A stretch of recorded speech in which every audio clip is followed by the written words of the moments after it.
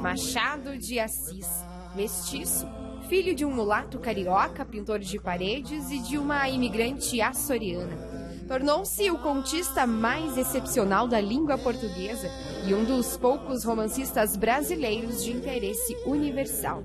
Machado de Assis foi um dos fundadores da Academia Brasileira de Letras.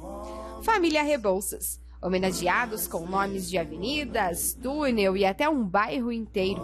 Os irmãos Antônio e André Rebouças não só foram os primeiros engenheiros negros do Brasil, mas estiveram entre os mais importantes do país na segunda metade do século XIX. A carne mais barata no mercado é a carne negra. Elza Soares, uma das 10 maiores cantoras brasileiras de todos os tempos. Elza recebeu no ano de 2000, em Londres, o título de a melhor cantora do universo, dado pela emissora BBC. Esses são apenas alguns nomes dos descendentes de mais de 700 mil pessoas escravizadas no Brasil, mas que, através de muita luta, foram libertos em 1880 pela Princesa Isabel, ao assinar a Lei Áurea. Porém, que liberdade é esta se o povo continua vítima de um racismo que ainda perdura?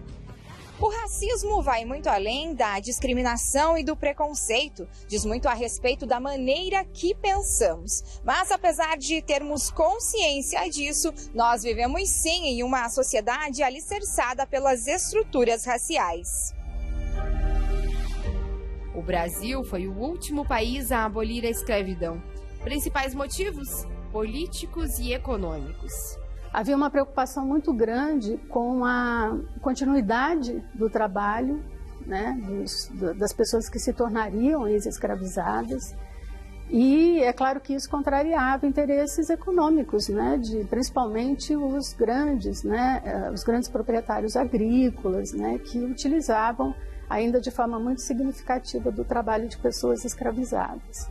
É uma luta contínua de inserção, até porque não foi nada fácil para se colocar no mercado de trabalho, ter moradia e direito à educação. As cotas raciais, elas agregam, né, elas fazem parte de uma política pública para corrigir essa situação. Eu sou a favor, porque sempre houve desigualdade racial, sempre houve dificuldade para aquelas pessoas menos favorecidas. E quando a gente vê uma oportunidade onde se divide amplamente e com direito, isso é muito bom. Em 2020, primeiro ano da pandemia de Covid-19 no Brasil, a população branca empregada ganhou em média 73,3% a mais do que a negra ou parda. R$ 1.300 foi a diferença média de rendimentos mensais. E mesmo quando atingem altos cargos, os negros costumam ganhar menos. A diferença salarial neste caso, inclusive, fica ainda maior.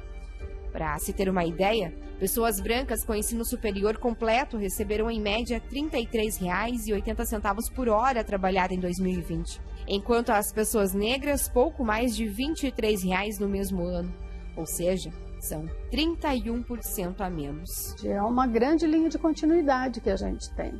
É como se a gente pensasse que a abolição efetivamente ainda não aconteceu de forma completa, porque para acontecer de forma completa a abolição da escravidão, seria necessário que a gente tivesse uma relação de equanimidade entre brancos e negros no Brasil, coisa que a gente não tem.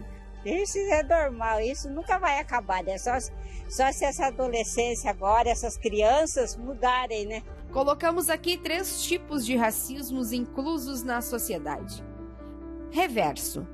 O racismo reverso, ele faz parte de um discurso, é uma categoria que foi construída por um discurso que quer defender a ideia de que quando você está neutralizando o privilégio de pessoas brancas, você está praticando um racismo reverso. Isso não faz o mínimo sentido, né?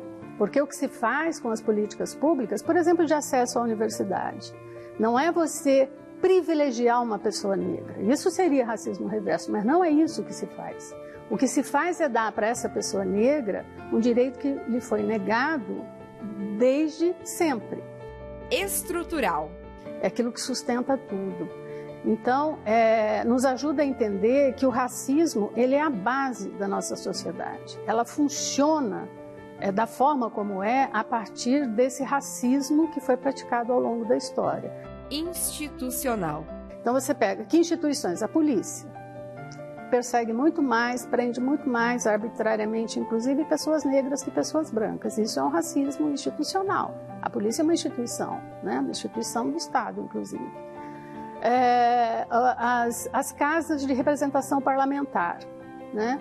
São instituições. Há pessoas negras e pessoas brancas ali, numericamente equivalentes, em quantidade equivalente? Não. Então há um racismo institucional sendo praticado ali.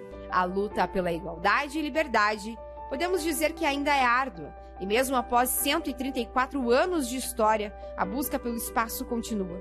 Porque, infelizmente, os descendentes das pessoas escravizadas sofrem até hoje com a discriminação. Já passamos algumas vezes já. Algumas vezes aí e doeu muito, sabe? Deu muito, eles rebaixam muito a gente, né? Então a gente fica meio constrangido com essas coisas, né? E não pode acontecer isso mais, né? Nós temos que ser todos amigos. Tem um racismo estrutural mesmo. Até nas pessoas mais simples e humildes a gente observa isso. É um racismo que não é uma coisa assim que aflora a todo momento, mas a gente vê em certas atitudes, né, das pessoas como tratam os outros. Ainda há muita luta no combate ao racismo. Mas sim, temos avançado ao longo da história, porque o Brasil aboliu a escravidão, mas deixou aqui embutida a sua herança. Eu lembro até hoje que eu tive na graduação um professor muito importante, um pesquisador dessa área, Sidney Chalhoub, que dizia que o racismo ele substituiu o chicote no controle social. Então, é uma situação muito difícil que essas pessoas tiveram que enfrentar no imediato pós-abolição. Porque perante Deus somos todos iguais, né? Deus ele não faz acepção de pessoas, né? E quem acredita em Deus deve seguir esse exemplo, né? Igualdade para todos. Se o pessoal tivesse consciência que nós somos todos irmãos e o sangue é o mesmo, o sangue não é diferente. O teu sangue não é branco, o meu não é preto, então somos iguais, né?